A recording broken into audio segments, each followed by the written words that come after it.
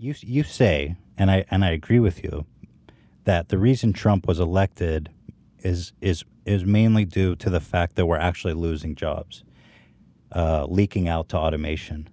But I think the people that voted for him are not necessarily aware of that. They're talking about immigration and they're talking about China and stuff like this. How do you convince these people who have been kind of being fed propaganda for so long that the issue isn't immigrants or China or whatever else?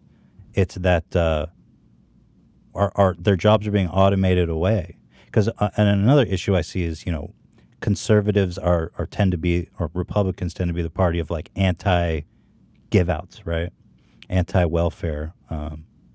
So how do we convince conservatives that the problem is not what they think, and also how do we convince them to be okay taking these handouts when it seems like this is kind of like a naughty word in conservative circles? Well, I'm happy to say that when I presented this case to literally thousands of Americans around the country, a light bulb goes off where you say, look, it's technology and automation. I'll describe my conversations with truck drivers. 2 years ago, if you said, hey, trucks are going to start driving themselves in a number of years, they would look at you and say, there is no way a robot could ever do my job. Right. And then that turned this past year, and now the conversation is we have to make robot trucks illegal. Oh, really? It's a very, very different convo. They're lobbying for that, huh? And when you go to people and say, look, it's not immigrants, it's technology, I have never had any group of people stand up and say, it's not robots, it's immigrants. As soon as you say it's not immigrants, it's robots, they're like, oh, yeah, that's right.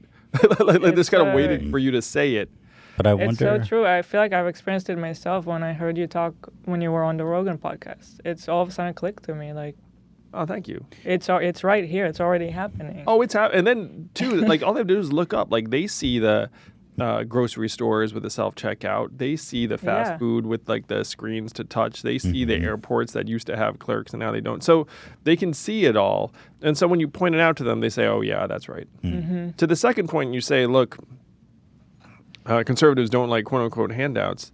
There's one state that's had a dividend for almost 40 years, and it's Alaska. It's a deep red Republican state as a Republican governor. It's one reason why we named this the freedom dividend, is because it tested better with conservatives with the word freedom in it. But it's also a dividend on our shared progress as a country. And I had someone in the Midwest say, like, as soon as you made me think, wait a minute, companies do this for their shareholders at the time, we can do this. So this is not really a left or right thing. It's bipartisan. What conservatives hate is they hate giant bureaucracies making people's decisions for them. But they don't mind the idea of people getting economic independence and autonomy to do what they want, particularly if it seems fair like it does in Alaska.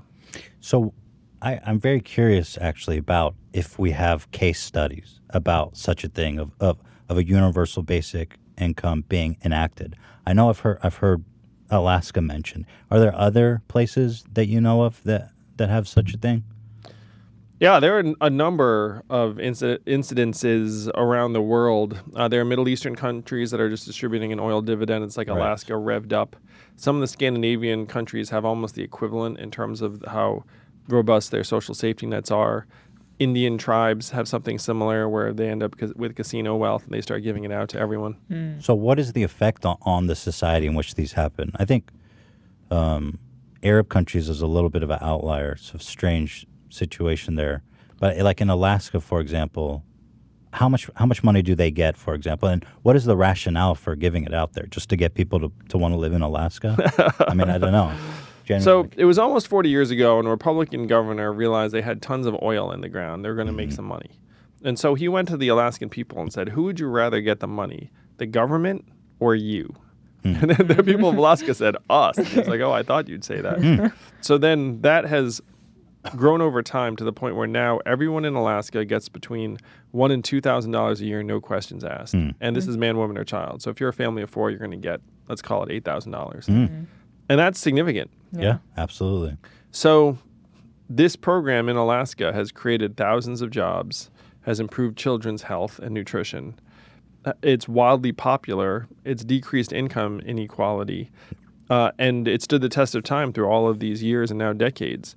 So this is an example of something. And if you ask someone in Alaska whether they like it, they love it. It's like the favorite For thing that the sure, government yeah. does. A majority of Alaskans who absolutely hate taxes said they would accept higher taxes if it meant keeping the dividend. They like the dividend so much. So Alaska's got the oil. What does mainland America have that can pay? First of all, more. You say they get $1,000 a year. So you're proposing the universal basic income, the freedom dividend, $1,000 a month for everyone 18 and older, right? They have oil. We have marijuana. No, I'm kidding. That's a lot of weed. No, we have technology. Yeah. Technology is the oil of the 21st century. And We have Elon Musk. we have Elon Musk. We have Jeff Bezos, richest Right. man alive. Right. Still, even post-divorce, I think he's the richest man alive still. Yep. So Isn't that the Amazon, best divorce, by the way? I was so fascinated by the fact of the divorce. His ex-wife became like the third richest woman in the world. Yeah. God bless her.